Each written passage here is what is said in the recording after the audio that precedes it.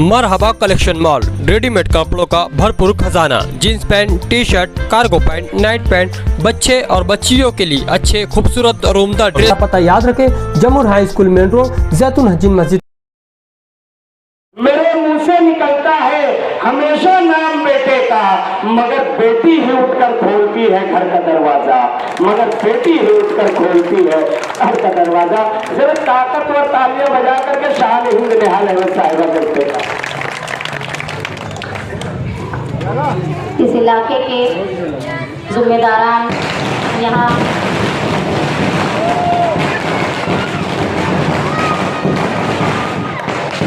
यहाँ मौजूद हमारे सरपरस्त हजरात, पार्टी के जिम्मेदारान और मेरी अजीज़ माएँ बहनी, आप तमाम साथी, मैं आप तमाम लोगों की शुक्रगुजार हूँ कि आज हमको नए साथी मिले। खुशी की बात यह है कि रोज़ाना समाजवादी पार्टी में जिम्मेदारान शामिल हो रहे हैं।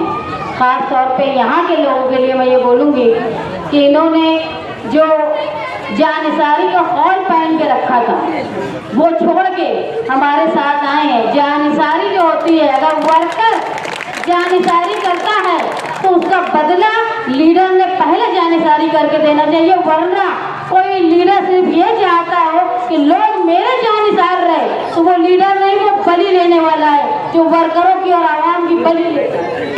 हर तकलीफ का सामना पहले लीडर ने करना चाहिए। ये नहीं कि जब कोई हम आंदोलन चलाएं, कोई तहरीक चलाए और पुलिस आ गई तो पहले लीडर भाग गए, वर्कर को अपने हालात पे छोड़ दिया जाए। कि लीडर का सेवा नहीं होता। इसलिए मैं कहती हूँ जानिसारी करना, अगर कोई वर्कर ये समझता है कि मैं किसी का जानिसार हूँ तो वो याद रखे, पहले लीडर को देख ले कि वो उनके लिए कितना जानिसार। अगर वो अपने वर्कर के लिए जानिसारी नहीं करता तो वो अपने वर्करों की मेहनत का, खुलूस की बलि लेता। और अब जब लोगों ने ये महसूस कर लिया कि हम अपने खुलूस का इस्तेसाल हो रहा है यहाँ पर, तो वो जो लोग मुतहर्रिक हैं, खुलूस अपने दिल में रखते हैं, आवाम के लिए खिदमत करने का जज्बा रखते हैं, वो लोग एक हॉल के बाहर निकलकर ऐसे लोगों के साथ शामिल हो रहे हैं, समाजवादी पार्टी में शामिल हो रहे हैं जहाँ पर काम करने का दायरा वसी है, काम करने वालों की इज्जत की जाती है, उनकी मेहनत की कद्र की जाती है, उनकी हौसला अफजाई के साथ साथ, जैसे मुस्तकीम ने कहा कि आप लाल टोपी पहन के पहले आप एक अर्जी दे दीजिए अगर आपका कोई काम रुक रहा हो, और हमारी टोपी पहन के जाइए इंशाअल्लाह। यहाँ वर्कर को बलि का सामान नहीं समझते, हम हमारे खानदान का, हमारी फैमिली का एक हिस्सा समझते हैं। अगर वर्कर को कोई आ जाएगी तो सदर से लेके पूरी पार्टी के जिम्मेदारान का ये फर्ज होगा कि जिस तरह अपने घर के फर्द को बचाना और उसका तहफ़्फ़ुज़ करना, वैसे ही वर्कर का तहफ़्फ़ुज़ करना ये हमारे लिए अहम है। और ये तमाम चीज़ें हमने साथी निहाल अहमद साहब से सीखा है। निहाल साहब हमेशा कहा करते थे, मेरे वर्कर मेरे कान और मेरी आँख है, जो मैं देखता हूँ वो वर्कर मुझे दिखाते हैं, जो मैं सुनता हूँ ये मेरे वर्कर मुझे बोलते हैं। जिस तरह अपनी आँख और कान पे भरोसा करो, उसी तरह अपने वर्कर पे भरोसा करो। अगर हमारे कान और आँख में चोट आ जाती है तो हमको जितनी तकलीफ होती है उतनी ही तकलीफ हमारे वर्कर पे ज़र्ब आने पर होनी चाहिए। मैं ये मानती हूँ अगर कोई शख्स, कोई लीडर दूसरे के कामों को अपना काम करके आवाम के सामने ढिंढोरा पीटता होगा तो उसने कम से कम अकेले में ये महसूस करना चाहिए, तुम मोमिन हो, तुम्हारे दिल में ईमान है, तुमको ये महसूस करना चाहिए कि अगर मैं ये झूठी वाहवाही ले रहा हूँ तो मेरा दिल मुतमईन है क्या? मैं अपने फर्ज पर जो मैंने हल्फ लिया है, बाद लोगों ने तो मजहबी किताबों को हाथ में लेकर अपने रुकनियत का हल्फ लिया था, वो याद रखो कि रुकनियत का फर्ज तुमने कितना निभाया, और उस मजहबी किताब को, उस कुरान शरीफ को अगर तुमने हाथ में लिया था तो इतनी बड़ी कसम खाने के बाद, इतना बड़ा हल्फ लेने के बाद तुम किस तरह की नुमाइंदगी कर रहे हो? तुम अकेले में सोचो। अगर ये सोचने पर भी उस लीडर का दिल मुतमईन है तो समझ लो उनका दिल पूरी तरह खत्म हो चुका है, उनके अंदर हिस्स और एहसास खत्म हो चुका है। मैंने सुना था, लोग बोलते हैं कि मोमिन एक ही सुराख से 2 बार डसा नहीं जाता। अब आवाम के ऊपर है कि वो एक चीज़ फैसला कर ले कि जब मालेगांव शहर में फिरका परस्तों की तरफ से कोई हमला होता है, चाहे वो 12 नवंबर का मामला हो, चाहे रमज़ान के महीने में कोई रत निकाल डाला जाए और हमारे यहाँ नमाज में खलल पैदा की जाए, या फिर ईदगाह पे क्रिकेट खेलने से मुस्लिम लोगों को जानबूझ के रोका जाए, उस वक्त कौन सी पार्टी या कौन से लोग रहनुमाई करने आते हैं? या तुम्हारे शहरी मसाइल अगर है तो तुम्हारी पावर का मामला हो, घर पट्टी का मामला हो, या रोजाना तुम्हारे कागजात का मामला हो, कौन सी पार्टी तुम्हारे लिए हमेशा खिदमत के लिए हाजिर होती है? ये आप याद रखो और उन लोगों का साथ दो जो आप लोगों के लिए हमेशा मुखलिस रहते हो। साथी निहाल अहमद साहब मेरे वालिद कहा करते थे कि सियासत में कोई काम करो तो तुम वाहवाही का इंतजार मत करो, क्योंकि अगर तुम खुलूस से काम कर रहे हो तो जरूर तुम्हारी वाहवाही लोग करेंगे, तुमको दिखावा करने की जरूरत नहीं पड़ेगी। आज हमारे साथ जो लोग शामिल हुए हैं, मैं समाजवादी पार्टी की शहर की सदर होने के नाते आपसे इस बात का मैं यकीन दिलाती हूँ कि आपके लिए, आपके खुलूस की हमारी पार्टी में कद्र होगी। हम कोई बड़ी बड़ी बात नहीं करेंगे, आज ना हम एमएलए हैं ना कारपोरेशन में हमारा इख्तिदार है, लेकिन हम कोशिश करेंगे जो एक नुमाइंदे का काम है और वो नाकारा साबित हुआ है, वो तमाम हम हमारी हद से ज़्यादा करने की कोशिश करेंगे। तुमको कोई ताजमहल हम आज बना देंगे, आज हम ये बात का वादा नहीं करते, लेकिन आपके रोज़मर्रा की जो तकलीफ होती है, मैं यहाँ जब खवातीन में गई तो मुझे पता है कि यहाँ से पहले भी मैं असम्बली के इलेक्शन में शायद इसी जगह पर मैंने जलसा लिया था, मुफ्ती साहब मीटिंग लिया था मुफ्ती साहब के लिए। उस वक्त भी मैंने कई बातें यहाँ से बोल कर गई थी और इलेक्शन के बाद भी उनको बोला गया था कि पाइपलाइन का ये काम है, जो जगह पर लेआउट बिनशेती नहीं है वहाँ कारपोरेशन काम नहीं करती, ये बोल कर कि यहाँ पर बिनशेती नहीं है, वॉल कंपाउंड बिनशेती का मामला है। लेकिन एमएलए जो है वो काम अपने फंड का कर सकता है, लेकिन उनसे इंतजार करने के बावजूद भी जो बड़े मसाइल थे यहाँ से लेकर पूरे हाईवे तक, पाइपलाइन का मामला जो था कि अगर सड़कों पर पाइपलाइन ला कर पाइपलाइन छोड़ दी जाती तो लोग अपने खुद जाती खर्च से पाइपलाइन पानी का इंतज़ाम हो जाता, लेकिन उसके लिए भी हमारी इस बात पर तवज्जो नहीं दी गई। लेकिन इंशाअल्लाह अगर आप तमाम लोगों का साथ रहा, ख़ास तौर पे खवातीन का, मैंने हमेशा देखा है, मैं सुना करती थी कि जब साथी निहाल अहमद साहब पहले इलेक्शन लड़ा करते थे तो मर्दों की और खवातीन की वोट की पेटी अलग अलग होती थी, औरत अलग वोट देती थी और मर्दों की पेटी अलग होती थी। जब मर्दों की पेटी खुलती थी तो लोग बोलते थे यहाँ निहाल साहब को इतनी वोट नहीं मिलेगी, लेकिन जब खवातीन की पेटी खुलती थी तो लोग बोलते थे अब निहाल अहमद की पेटी खुल रही।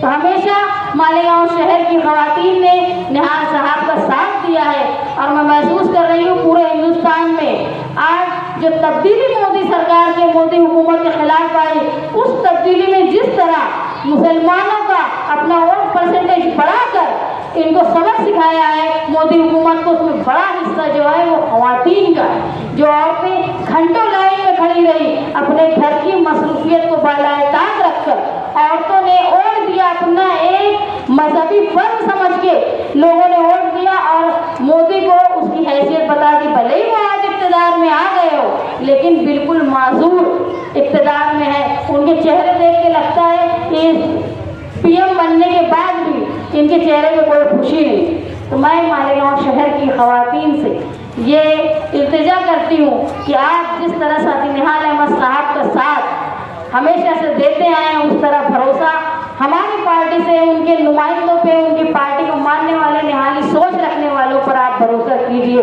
इंशाअल्लाह जिस तरह साथी निहाल अहमद साहब ने अपना दबदबा मालेगांव शहर में कायम किया था कि कोई भी फिरका परस्त या पुलिस तक, जो आज आप देखते होंगे 11 बजे के बाद पुलिस शहर के इलाकों में जाती है, होटलें बंद कराती है। निहाल साहब जो पार्टी ऑफिस में बैठा करते थे तो लोगों ने शिकायत की कि इस्लामपुरा में 11 बजे पुलिस वाले आकर बदतमीजी से बात करते हैं और हमारी होटलें बंद करते हैं, लोगों पर हाथ उड़ाते। तो साथी निहाल अहमद साहब ने ऐलान किया था कि रात को 12 बजे साथी निहाल अहमद अंसार होटल पे जाकर चाय पिएगा। आज बता दो किस लीडर की ताकत है। उस दिन के बाद से कोई पुलिस की हिम्मत नहीं हुई कि लोगों के रोजगार को रोक पाए। ये निहाली दबदबा, ये मालेगांव शहर का दबदबा वापस लाने का काम हम लोग आज समाजवादी पार्टी के साथ मिलकर कर रहे हैं। पहले हम लोग अकेले थे, लेकिन आज हमको अब वो आसिम आजमी साहब और अखिलेश यादव साहब का साथ है कि हम यहाँ से लेकर दिल्ली तक, दिल्ली से लेकर लखनऊ तक आप लोगों का साथ देने के लिए आज लीडरान मौजूद हैं।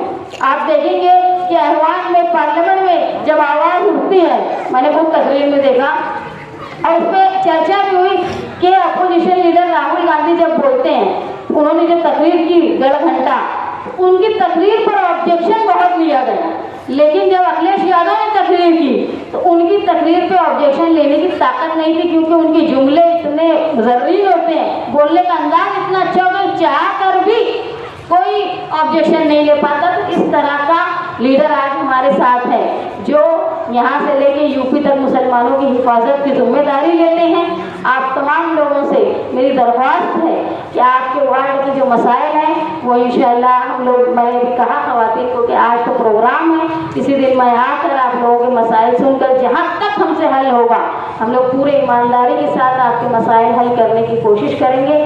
जो नए लोग हमारे साथ शामिल हुए हैं मैं उनका इस्तकबाल करती हूँ और उनको इस बात का मैं यकीन दिलाती हूँ कि हमारी पार्टी में आपके खुलूस की, आपके काम करने के तरीके की हम लोग इज्जत करेंगे और आपकी हिफाजत की जिम्मेदारी उसी तरह हमारी होगी जिस तरह एक खानदान के एक फर्द की होती है, उसी तरह पार्टी के हर वर्कर को तहफ़्फ़ुज़ देने की जिम्मेदारी हमारी होगी। आप लोगों ने यहाँ बोलने का मौका दिया, मेरे अतार चचा ने बहुत मेरे ताल्लुक़ से कहा, मैं उनकी शुक्रगुजार हूँ। जब वो पार्टी में आए तो मुझे इस पार्टी में उनकी शमूलियत के साथ साथ मुझे इस बात का और एहसास हुआ कि मेरे सर पर एक सरपरस्त का हाथ आ गया है। मैं बारहा महसूस कर रही हूँ कि वो शफकत वाला हाथ हमारे साथ है। इंशाअल्लाह आप तमाम लोगों के साथ और दुआओं के साथ हम आने वाले इलेक्शन में एक मजबूत उम्मीदवारी, न सिर्फ उम्मीदवारी बल्कि जीत कर अहवान में जाकर मालेगांव शहर की नुमाइंदगी और हुआ दबदबा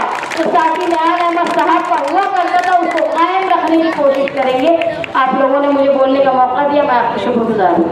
आज जो सैकड़ों नौजवान बुजुर्ग पार्टी में शामिल हुए हैं, मैं उनका इस्तकबाल करता हूँ और ये बड़ी खुशी की बात है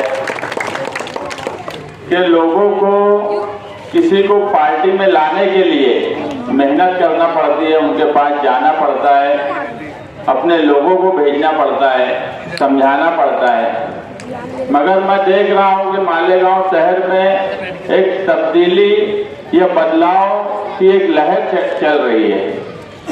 यहाँ पर आमिन मुकादम, अल फैज ग्रुप और फेमस ग्रुप, ये इनके पास हम नहीं गए, ये खुद ऑफिस पर आए और इन्होंने कहा कि हमें समाजवादी पार्टी में शामिल होना है।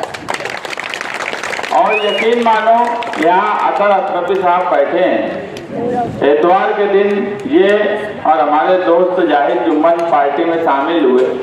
उसके बाद से मुसलसल लोग हमारे रास्ते में हैं जो पार्टी में साथ में काम करना चाहते हैं और ये लोग भी आकर बोले कि हम पार्टी में शामिल होना चाहते हैं। हम जिनके साथ काम काज कर रहे थे सालों से, आप समझ लो ये ऐसे लोग हैं जिन्होंने अपने एरिया में कायदे सालार का बोर्ड लगाया हुआ है। ये 2007 से ऐसे लोग थे। मगर मैं हमेशा बोलता हूँ कि ये वक्त बदलाव का है। आप देखेंगे आने वाले ये हफ्ते में शहर की कई सरकर्दा शख्सियत समाजवादी पार्टी में शामिल होने वाली है। ये एक तब्दीली की अलामत है, क्योंकि ये शहर देख रहा है 99 से 2 लोग, अगर कोई 2007 से सियासत में आया तो मैं उसको 2007 से सियासत में आया हुआ कभी नहीं मानता। 1999 से एक्टिव पॉलिटिक्स में है। जब वक्त पड़ा निहाल साहब को हराने का, मिलजुल के सियासत की गई और 25 साल से इस शहर में तू मुझे मुल्ला बोल, मैं तुझे हाजी बोलूं, ये रवायत पे इस शहर में सियासत की जा रही है कि हम दोनों ही इस शहर में रहे, कोई तीसरा ना आ पाए। मगर वो वक्त अब खत्म हो चुका। लोगों को समझ में आ रहा है कि ये दोनों ने 25 साल में इस शहर को क्या दिया। मुज़ाफ़ात का जो एरिया बना बढ़ा वो डेवलपमेंट के नाम से तरस रहा है। जो पुराना मालेगांव है वो खस्ता हाल हो चुका है। मैं हमेशा कहता हूं कि 25 साल में जो लोगों ने यहाँ पर कॉलेज या यूनिवर्सिटी तो बहुत दूर की बात है, कॉलेज भी बहुत दूर की बात है, कि स्कूल नहीं खोली है। अगर एक स्कूल खोला हो तो हमें बता दे कि हमने ये स्कूल खोला है 25 सालों में। ये शहर का हाल है। हर तब्दीली को वक्त लगता है, मगर अब वो वक्त आ गया है कि लोग अब तब्दीली चाहते हैं, इसीलिए जोग दर जोग वो पार्टी में शामिल हो रहे हैं। आज के लीडर आजी और माजी आमदार दोनों भी काम कुछ भी नहीं करेंगे। एक को बाहर जाकर फोटो खिंचाने का शौक है, कहीं कोई मिनिस्टर से मिलना, उसके साथ फोटो खिंचाना और अखबारात में डाल देना। एक का बावा आधा में निराला है। मैं कई कहावत सुनते आता था, मगर प्रैक्टिकली वो कहावत या वो मुहावरा अब मुझे समझ में आ रहा है कि मेहनत करे मुर्गी अंडा खाए सुबह, उंगली कटा के शहीदों में नाम लिखाना, ये सब अब खुली आंखों से लोग देख रहे हैं। कुछ लोग ऐसा समझते हैं कि हम कुछ बोल देंगे, हम यहाँ आकर कोई इस्तेकबाल कर लेंगे। एक बुनकर का मुझे फोन आया 8 बजे, बुनकर कहाँ थे? बोले आज के प्रोग्राम में। बड़ी ताकत लगा के, बड़ा जोर लगा के अपने अपने लोगों को बोला गया कि लेके आओ। जिस नाम से प्रोग्राम किया गया, जो फोटो अखबार में छापे गए, उसमें से 25% बुनकर नहीं आए। अगर 22 फोटो दे तो मुश्किल से 2-4 बुनकर आए होंगे। तो ये इस्मात बुनकरों का खो दिए, मालेगांव के आम शहरियों का खो दिए। इस्तेकबाल करवा लेना, फोटो खिंचा लेना, अब लोग इन सब चीजों को समझते हैं। यूट्यूब चैनल है, सोशल मीडिया है, लोग देख रहे हैं कि असेंबली में कौन बोल रहा है और किस तरह से बोल रहा है। हजारों की तादाद में लोग देख रहे हैं। यहाँ हमारे शहर के यूट्यूब चैनल वाले भी हैं, मैं उनका भी शुक्रिया अदा करता हूँ कि वो अगर बाहर असेंबली में रईस शेख साहब अगर कुछ बोल रहे हैं पावर लूम के सवाल पर, तो यहाँ पर उसकी वीडियो लगा रहे हैं। यही सही में प्रैक्टिकल और सच्ची, जो बोलेंगे हम अखबार पहले था अब मीडिया है, सच्ची मीडिया की रहनुमाई यही है कि जो सच है वो लगा दिया गया और लोग हजारों की तादाद में देख रहे हैं और समझ रहे हैं। आज एक हाजी साहब से मिलने गया तो वहाँ कई बुनकर बैठे थे, बोले यार समझी सके यार ये मौलाना गंगवा आलिम के। तो मैं बोला यार तुमको समझ रहा? अरे बोले यार यूट्यूब पे हम लोग देख रहे हैं, कौन बोल रहा कौन कर रहा, एक लफ्ज नहीं बोलते, बोलने का तरीका नहीं है, बोलने का ढंग नहीं है। जो सिर्फ बोलने के नाम पे आज सियासत कर रहे हैं, वो असेंबली में क्या बोलते हैं कभी सुन के देखना। 2-3 मिनट बोलने के बाद ये हालत है। और रईस शेख साहब की पावर लूम के सवाल पे बात सुनना, बोलने का मतलब यह है कि लोग सब देख रहे हैं और समझ रहे हैं, किसी के बहकावे में कोई आने वाला नहीं है। मैं सब लोगों का जो यहाँ पर आज लाल टोपी के साथ समाजवादी में आए, मैं एक बात बोलूँगा कि आप इस शहर में कोई भी मालेगांव शहर में, वो आगरा रोड की समाजवादी शान हिंद राब्ता ऑफिस समाजवादी पर आए और लाल टोपी ले जाए।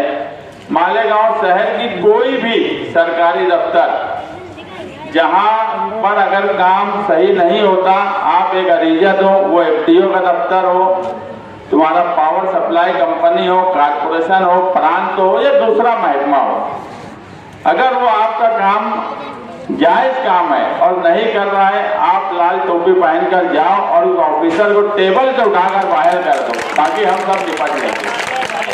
टोपी हम देंगे हमारी ऑफिस से, कोई डरने की जरूरत नहीं है। बस एक लेटर देना पहले, तुम्हारा जो काम है, उसके बाद अगर उसका जवाब नहीं देते हो और काम नहीं करते, आप आओ लाल टोपी पहन के जाओ। मैं बोल रहा हूँ ये लाल टोपी की ताकत इस शहर में इतनी हो गई है, तुम ये लाल टोपी और निहाली दबदबा ये जो है प्लस है, निहाली दबदबा और लाल टोपी, इसको पहन के जाओ। मैं बोलता हूँ ऑफिसर को कुर्सी से उठाओ और बाहर कर दो अगर वो तुम्हारा काम नहीं करता, बाकी सब हम पर छोड़ दो। क्या बात है। इस शहर का हाल ये हो गया है कि आज गरीब आदमी का काम ऑफिस में नहीं होता। इस शहर में एक वक्त था कि जिसको वर्कर बोलते थे, वर्कर, इसके आगे कुछ नहीं बोलना पड़ता था, सिर्फ ये बोला जाता था ये निहाल अहमद का वर्कर है। ऑफिस में उसका काम हो जाता था। साहब की नुमाइंदगी के वक्त ये दबदबा और ये असर इस शहर में था। आज ऐसा है कि एमएलए साहब राउंड टेबल, कौन सी टेबल की मीटिंग ले लेते, 3 4 दिन पानी नहीं आता। कौन सी मीटिंग करते, क्या करते, क्या समझता मुझे नहीं मालूम। पुलिस वाले को अगर कुछ बोलेंगे, पुलिस वाले ऑफिस में बुला के डांट दे रहे तो असेंबली में उनकी तारीफ कर रहे। ये हाल आज हमारे यहाँ के आमदार का है। यार मुझे नहीं कभी समझ में आता कि हम ईदगाह ग्राउंड से लेके तिरंगा झंडे से लेके कुर्बानी के जानवर तक कभी पुलिस की इतनी हिम्मत नहीं हुई कि हमको ऑफिस में बुला के ये बोल दे कि तुम ये काम क्यों कर रहे हो। इतनी हिम्मत पुलिस की नहीं है। लेकिन आमदार साहब का हाल ऐसा है कि अगर YouTube पे भी पुलिस के खिलाफ एक बात बोल देंगे तो शाम में बुलाना आ जाता उनका और माफी मकबूल हो जाती है ऑफिस में।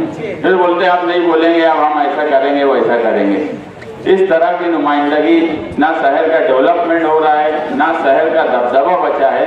ऐसे वक्त में मालेगांव की आस अगर मैं कहूँ तो वो समाजवादी पार्टी है। आने वाले 9 अगस्त क्रांति दिन के मौके पर अखिलेश यादव साहब, इकरा हसन, अवधेश पासी और उनके साथ कई मेंबर ऑफ पार्लियामेंट मालेगांव आ रहे हैं इंशाअल्लाह। उसके बाद जो क्विट इंडिया मूवमेंट था उसी तरह इस शहर से क्विट आजी और माजी आमदार को करने की एक लहर बनेगी।